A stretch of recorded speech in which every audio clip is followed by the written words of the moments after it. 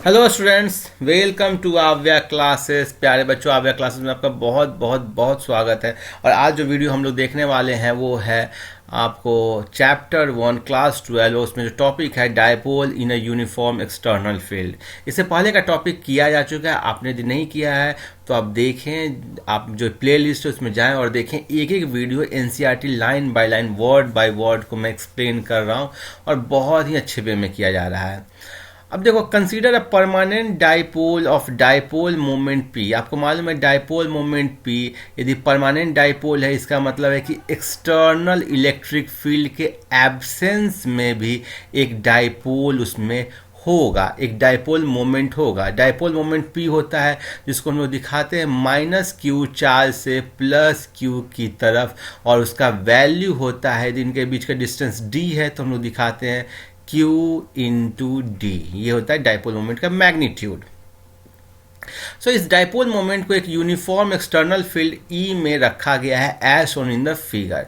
सो E यहाँ पर vertically upward है और ऐसे करके रखा गया है, ठीक है। सो क्लियरली ये जो डाइपोल मोमेंट है ये इलेक्ट्रिक फील्ड से कितना एंगल बना रहा है? थीटा एंगल बना रहा है। अब जान जाओ कि दो वेक्टर के बीच के एंगल को हम लोग टेल टू टेल या हेड टू हेड बोलते हैं। सो यदि इलेक्ट्रिक फील्ड इस डायरेक्शन में और P इस डायरेक्शन में है तो आपको ये एंगल लेना है थीटा। आप ऐसा नहीं कर सकते कि इलेक्ट्रिक फील्ड इस डायरेक्शन में और P ऐसे ले लिए और ये एंगल कर लिए ना, ये रॉन्ग हो गया। आपको इस केस में या तो इलेक्ट्रिक फील्ड को नीचे लाओ और ऐसे बनाओ तो ये एंगल होगा थीटा, या फिर इलेक्ट्रिक फील्ड को ऐसे रखो, ये जो पीछे था ना इसको बढ़ा करके आगे ले जाओ और टेल टू टेल बनाकर थीटा करो। सो एंगल कैसे निकालते वो आप समझ गए, ठीक है। So by permanent dipole we mean that P exist irrespective of E, it has not been induced by E। Means कि इलेक्ट्रिक फील्ड E ने ये डाइपोल मोमेंट को इंड्यूस नहीं किया है बल्कि ऑलरेडी था। अब आपको निकालना है कि इस पर नेट फोर्स क्या लगेगा, नेट टॉर्क क्या लगेगा। सो ये सिस्टम पर देखोगे तो एक आपको ऊपर की तरफ फोर्स लग रहा है QE। आपको मालूम है कि E इलेक्ट्रिक फील्ड में चार्ज Q पर फोर्स लगेगा QE इलेक्ट्रिक फील्ड के डायरेक्शन में, और QE लगेगा इलेक्ट्रिक फील्ड के अपोजिट डायरेक्शन में, या माइनस QE आप बोल सकते हो। सो एक इस तरफ फोर्स लग रहा है QE और एक इस तरफ फोर्स लग रहा है माइनस QE, तो नेट फोर्स हो गया है 0। लेकिन चूंकि फोर्स अलग अलग जगह पे लग रहा है तो एक टॉर्क होगा, और वैसा फोर्स जो कि इक्वल होता है और अपोजिट डायरेक्शन में होता है उसको बोलते हैं कपल। क्या बोलते हैं? कपल। और ये कपल क्या करेगा? इस चार्ज को, इस जो डाइपोल को रोटेट करा देगा। आप ऐसे समझो कि एक फोर्स यहाँ पर ऐसे लग रहा है और एक फोर्स ऐसे लग रहा है, तो ये फोर्स इसको ऐसे घुमाना चाहेगा, ये फोर्स इसको ऐसे घुमाना चाहेगा, और घूमने के कारण ये अल्टीमेटली, यदि ये B है ये A है तो ये ऐसा हो जाएगा AB। क्लियर है? कोई दिक्कत नहीं है, ठीक है। So there is a force QE on charge Q, force minus QE on charge minus Q, the net force on the dipole is 0 as E is uniform. Uniform होने का बहुत बड़ा फैक्टर है ये। However, the charges are separated, so the force act at different point resulting in a torque. क्योंकि अलग अलग point पे फोर्स लग रहा है, when the net force is 0, the torque is independent of the origin, its magnitude equal to magnitude of each force multiplied by the arm of couple perpendicular distance between two anti parallel force. अब जो torque बोल रहे हैं इसका magnitude क्या होगा वो हम लोग समझते हैं। देखो, यहाँ पर एक चार्ज माइनस Q रखा गया है और यहाँ पर एक चार्ज आपको प्लस Q रखा गया है। इनके बीच का डिस्टेंस 2L, ये मीन्स कि सेंटर से इसका डिस्टेंस A है, और इलेक्ट्रिक फील्ड आपको इस डायरेक्शन में ऊपर की तरफ है, और जो डाइपोल मोमेंट है वो इस तरफ है, उसको P से दिखाया गया है। इसके बीच का एंगल थीटा है। सो क्लियरली इस पर जो फोर्स लग रहा है नीचे की तरफ वो लग रहा है QE, ठीक है। मैंने डायरेक्शन ऑलरेडी QE दे दिया हूँ, वेक्टर नहीं स्केलर के फॉर्म में लिखा हूँ इसलिए माइनस साइन नहीं लिखा, और ऊपर की तरफ फोर्स लग रहा है वो यहाँ पर क्या लग रहा है? QE लग रहा है। सो आप देखोगे टॉर्क क्या होता है? Force into perpendicular distance. Torque होता है फोर्स, जब मैग्नीट्यूड के बारे में बात करोगे ऐसे वेक्टर में बोलोगे tau is equal to R cross F, और मैग्नीट्यूड के टर्म में बोलोगे तो बोलोगे F into R into sine theta, जहाँ फोर्स और आर के बीच का एंगल है थीटा। सो फोर्स ये है और आर ये है, ठीक है। सो इसको आप ऐसे भी बोल सकते हो force into r perpendicular, means की force into perpendicular distance from the centre जिसके अबाउट इसको आप रोटेट करा रहे हो। सो ये आर परपेंडिकुलर यही लेंथ हुआ। अब ये ए लेंथ है तो ये लेंथ क्या होगा, ए कॉस थीटा, और ये लेंथ जो आर परपेंडिकुलर होगा ये होगा ए साइन थीटा। ये थीटा है तो ये थीटा है। वैसे ही इसमें देखोगे तो ऐसे ही आ जाएगा, ठीक है। ये एंगल थीटा है तो इसका जो परपेंडिकुलर लेंथ होगा ये वाला हो जाएगा आपको, देखो ये एंगल थीटा है तो ये हो जाएगा 90 minus theta, 90 minus theta means कि ए कॉस 90 माइनस थीटा मीन्स कि ए साइन थीटा ये हो जाएगा, ए कॉस थीटा ये हो जाएगा। सो आप देखो परपेंडिकुलर लेंथ इसके कारण आया क्यू ई, टॉर्क जो आया क्यू ई इंटू ए साइन थीटा, और इसके कारण भी आया, किसके कारण क्या आया, क्यू ई इंटू ए साइन थीटा। अब इन सब का डायरेक्शन देखना पड़ेगा। सो आप एक्स ऐसे तो डायरेक्शन आर क्रॉस एफ से आप देखोगे कि ये प्लेन के इनसाइड में है कि प्लेन के आउटसाइड में है, लेकिन आप टॉर्क को ऐसे भी करके देखते हो कि कौन टॉर्क क्लॉकवाइज प्रोड्यूस कर रहा है या एंटी क्लॉकवाइज। यदि क्लॉकवाइज दोनों कर रहा होगा तब भी ऐड हो जाएगा, दोनों एंटी क्लॉकवाइज कर रहा होगा तब भी ऐड हो जाएगा। यदि एक क्लॉकवाइज करे और एक एंटी क्लॉकवाइज करे तब ऐड नहीं होगा बल्कि सब्ट्रैक्ट होगा।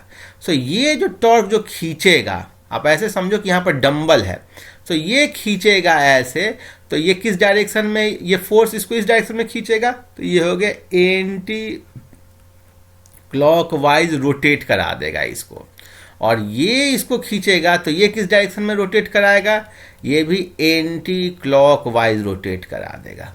सो इन दोनों का नेट रिजल्ट क्या होगा कि क्यू चार्ज इधर हो जाएगा और माइनस क्यू चार्ज इधर हो जाएगा, और नेट टॉर्क का मैग्नीट्यूड क्या हो गया, क्यू ई ए साइन थीटा ए प्लस क्यू ई ए साइन थीटा।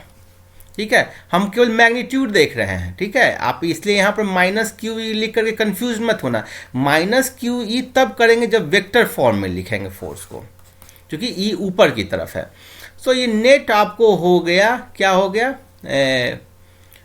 ये हो गया 2QE साइन थीटा ए साइन थीटा। यहाँ से आप इसको लिखोगे Q into 2A into E into sine theta, और Q इंटू 2A कितना है, देखो ये charge into distance, distance 2A हो गया, चार्ज का वैल्यू Q हो गया, तो ये हो गया P। सो P into electric field E into sine theta, और इसको आप लिख सकते हो P क्रॉस E, मीन्स की cross product of dipole moment and electric field, यही आपको टॉर्क के इक्वल हो गया। बहुत ही आसान था ये, कुछ नहीं। अब इसमें जो इम्पोर्टेंट कंसेप्ट है कि ये तब तक करता है जब तक कि अल्टीमेटली डाइपोल मोमेंट को, P को डाइपोल मोमेंट को माइनस Q से Q की तरफ को इलेक्ट्रिक फील्ड के ओरिएंटेशन में कर दिया।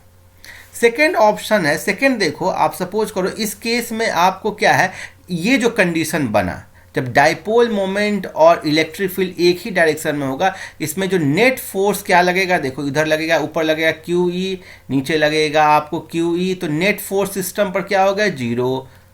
नेट टॉर्क कितना हो गया, जीरो।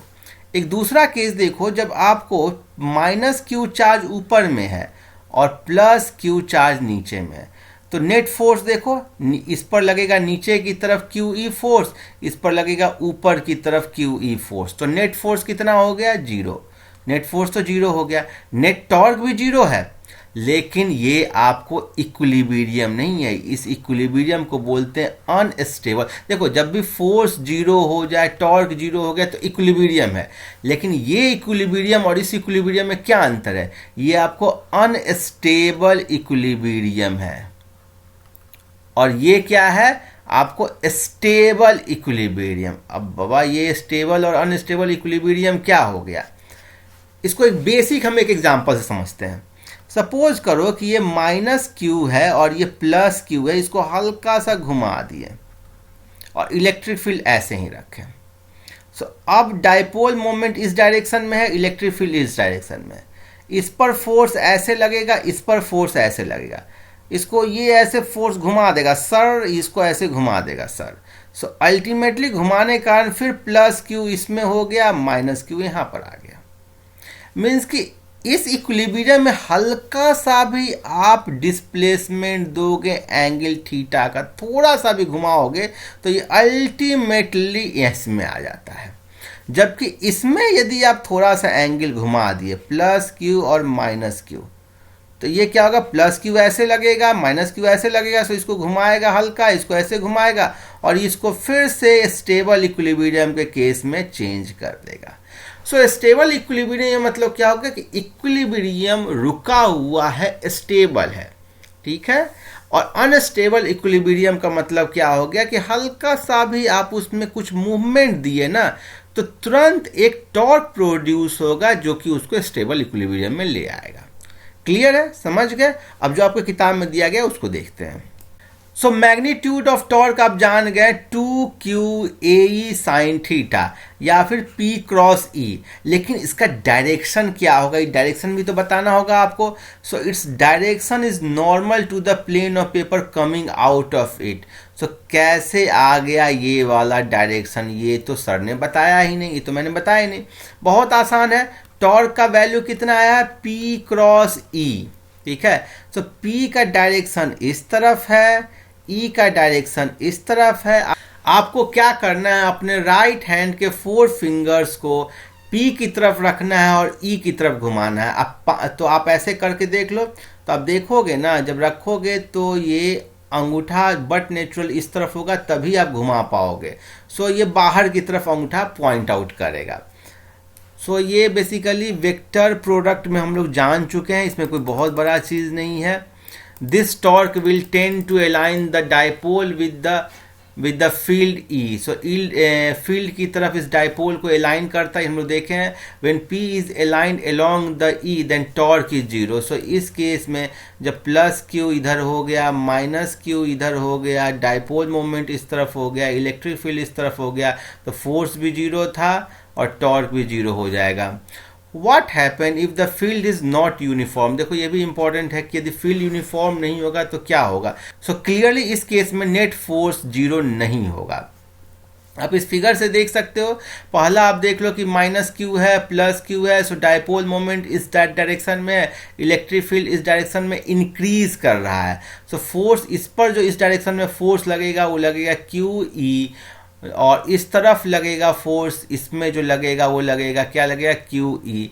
ये ई एट, इसको 2 पॉइंट बोलो, इसको 1 पॉइंट बोलो। सो क्यू ई 2 बोलो, इसको क्यू ई 1 बोलो। इलेक्ट्रिक फील्ड इस डायरेक्शन में बढ़ रहा है, इसका मतलब कि E1 is greater than E2। इसका मतलब ये हो गया कि इस पर फोर्स प्लस क्यू पर फोर्स ज़्यादा लग रहा है, इस पर कम लग रहा है। So direction of increasing field ये होगा, तो direction of net force increasing field के डायरेक्शन में होगा, या कहो कि डाइपोल मोमेंट के डायरेक्शन में होगा। सेकेंड केस देख लेते हैं, जब इलेक्ट्रिक फील्ड इस डायरेक्शन में बढ़ रहा है लेकिन चार्ज को हम लोग ऐसे रखे हैं कि डाइपोल मोमेंट इलेक्ट्रिक फील्ड के पैरेलल नहीं बल्कि एंटी पैरेलल है। फर्स्ट केस में वो पैरेलल था, सेकेंड केस में एंटी पैरेलल है। सो क्लियरली यहाँ पर जो फोर्स लगेगा वो इस डायरेक्शन में लगेगा, और ये फोर्स कितना होगा, Q इंटू 2 मान लो ये, तो E2। और इस पर जो फोर्स लगेगा वो इस डायरेक्शन में लगेगा, और क्या होगा, Q इंटू E1।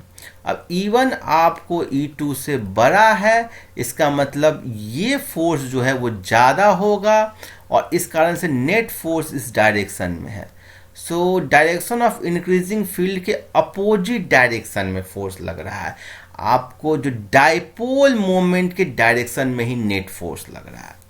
सो यही चीज़ कहा गया है कि देखो इस केस में जब P इज पैरेलल और एंटी पैरेलल टू E होगा, इस केस में net either case net torque तो 0 होगा, क्योंकि फोर्स आपको ना जिस डायरेक्शन में लग रहा है सेंटर की तरफ लग रहा है। सो R परपेंडिकुलर इसमें 0 है, इसमें भी R परपेंडिकुलर 0 है, but there is a net force on the dipole if E is not uniform. So हम लोग समझ लिए।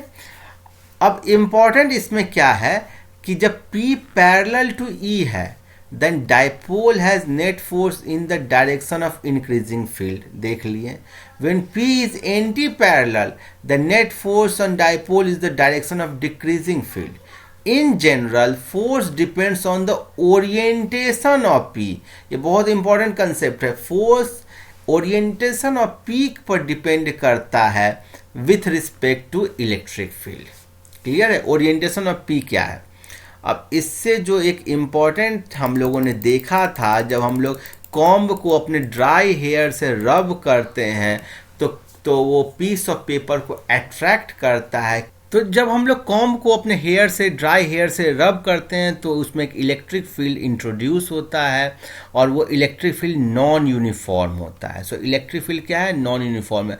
अब पीस ऑफ पेपर है ना, उसको वो पोलराइज किया। पोलराइज किया मीन्स कि एक डाइपोल मोमेंट इंट्रोड्यूस किया, एक साइड माइनस चार्ज, एक साइड प्लस चार्ज, और एक नेट डाइपोल मोमेंट P होता है। और आप देख रहे हो कि डाइपोल मोमेंट की डायरेक्शन में एक नेट फोर्स लगता है।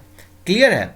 और इस कारण से वो अट्रैक्ट होता है। Clearly this brings us the common observation in frictional electricity. A comb run through a dry hair attracts piece of paper।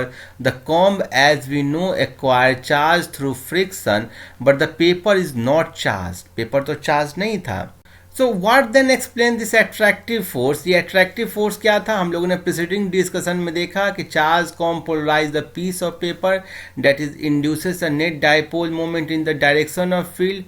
Further, the electric field due to comb is not uniform। ठीक है, uniform नहीं था।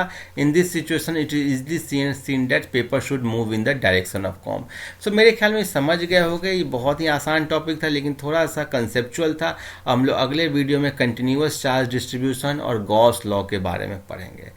I am sure आप video अच्छा लगा होगा। Keep watching. Happy learning. Thank you.